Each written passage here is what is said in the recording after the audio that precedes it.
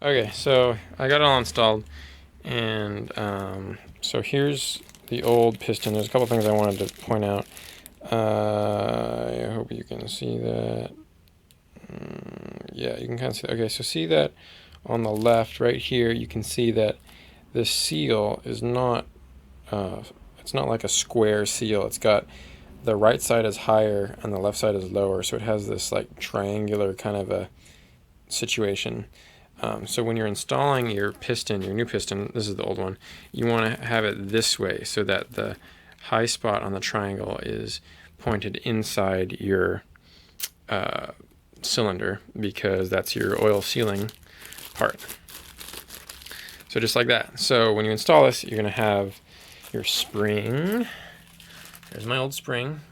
Oh God, this focus. There you go. There's my old spring.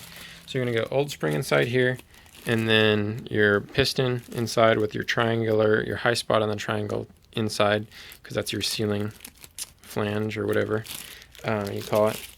That's going to go in there. And then see this ridge right here, this little machined out spot. That's where your set screw, that's the name of the screws that I was trying to remember earlier. Your set screw is going to go in.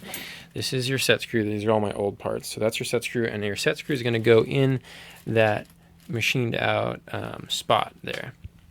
So put your spring and your piston in, and then push it in with your finger so that it's farther in than the edge here, the edge of the cylinder. So it's going to be pushed in, recessed inside the cylinder. Your piston's going to be recessed inside the cylinder. Then you're going to go over here and put your set screw that you can see right there in.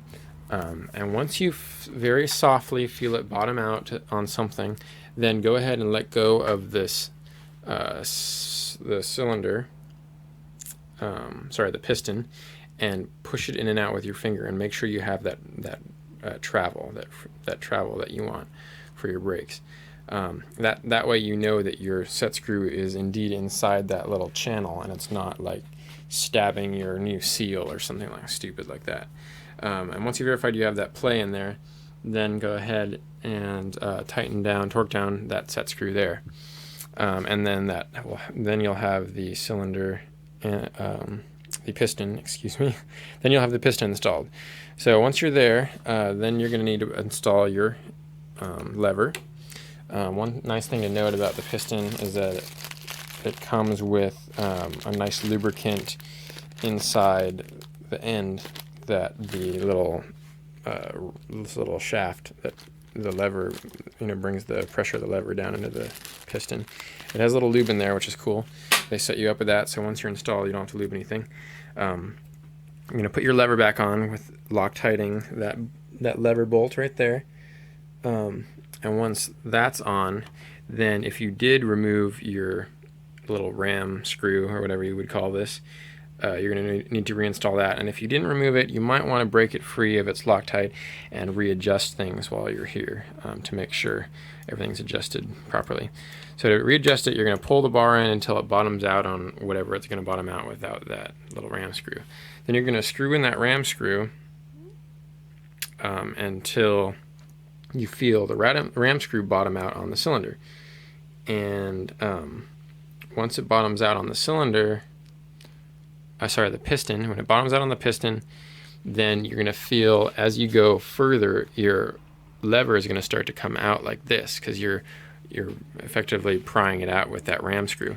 So once it bottoms out and you feel that point of it bottoming out, then you want to go another half turn according to the Haynes manual for this bike, and have that screw Loctited in that position. So put Loctite on it, get it in there, bottom it out, and then go another half turn and let that Loctite dry, and that'll be a properly adjusted lever. My boot, as you can see, is a little bit old. It's kind of catching on stuff, and it's not too happy. So I was thinking I should probably go to BMW and get a replacement boot. We'll see if I actually end up doing that or not. But you definitely want that boot on there, because it helps keep all the road grime and dust and stuff out of your brake system. All right, that's that. So after you do that, then you're going to need to obviously refill your reservoir with brake fluid. Remember, it's .4 brake fluid. And once you're full, then you're going to need to bleed your system, because you've undoubtedly introduced some air into the system by opening all this stuff up. So I guess I'm going to do that next.